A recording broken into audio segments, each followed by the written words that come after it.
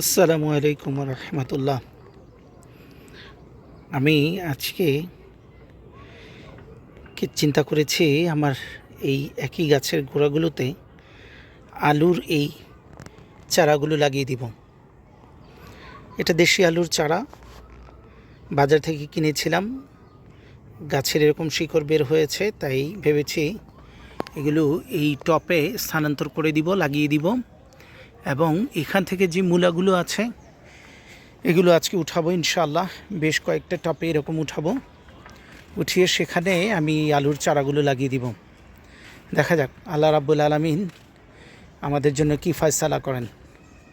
এই যে এই টপের গোড়াগুলোতে প্রত্যেকটা টপে 4টা-5টা করে দিয়ে দিবেন ইনশাআল্লাহ।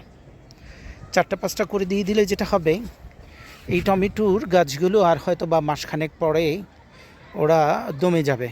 ফসল দেওয়ার পরে ওরা মোটামুটি মরে যাবে।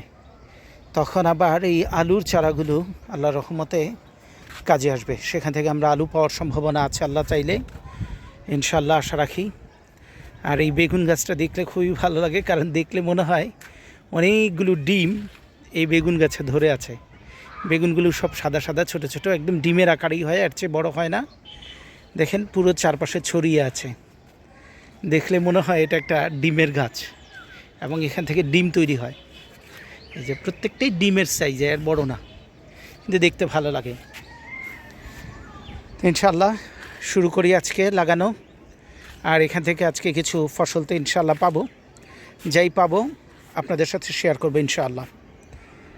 এখন শুরু করি এবং আবার কামব্যাক করবো ইনশাআল্লাহ লাগানো শেষ করে, এবং এখান থেকে যা সবজি পাই তা উত্তোলনের পরে।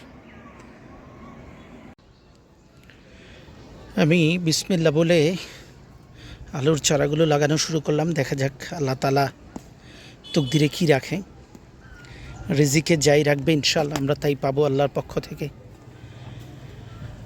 কিন্তু লাগাতে তো কোনো ত্রুটি দোষ নেই, তাই বিসমিল্লাহ বলে লাগালাম।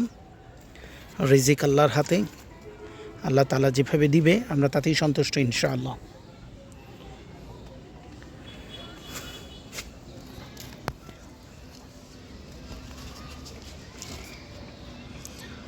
আমি পুরোপুরি কৃষকের মতো কাজ করতে পারছি না, কিন্তু যতটুকু সম্ভব চেষ্টা করছি নিজের মতো করে লাগাতে।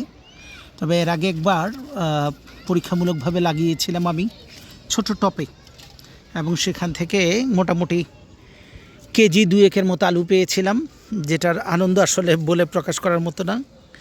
তো ভাবলাম যে এবারও লাগিয়ে দিই, এবার তো একটু বড় টপ আছে। এর আগের বার তো ছোটো ফুলের টপে লাগিয়েছিলাম।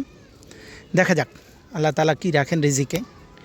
যেমন এই টপে আমরা অলরেডি 3টা লাগিয়েছি, তো এরকম করে এক একটা টপে 3টা-4টা দিলে হয়ে যাবে আল্লাহর রহমতে। দেখা যাক আল্লাহ কি রিজিকে রাখে।